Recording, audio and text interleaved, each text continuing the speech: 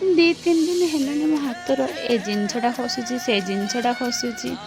କାଉ ଆସିକି ବାହାରେ ବଗଉଛି। କାହିଁକି କେଜାଣି କିଏ ବୋଧେ ଆମ ଘରକୁ ଆସିବାର ଅଛି।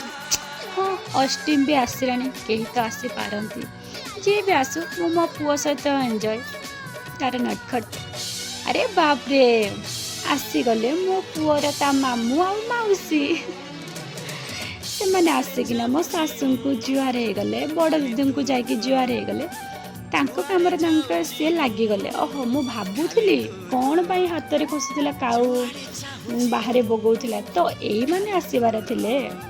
ହଉ ଆସିକିନା ସବୁ ପୁଅ ସହିତ ମୋର ମଜାମସ୍ତି ଚାଲିଛି ସେମାନଙ୍କର। ମୋ ମନଟା ବି ବହୁତ ଦିନ ହେଲାଣି ମୋ ଘରକୁ ଆସିନଥିଲେ।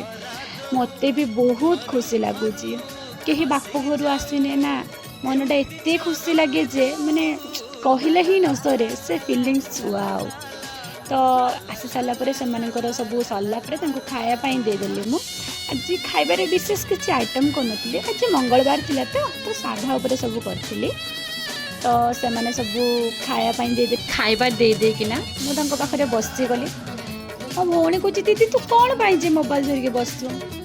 ଏଇ ଖୁସିଟା ବେଶୀ ସମୟ ରହିଲେନି।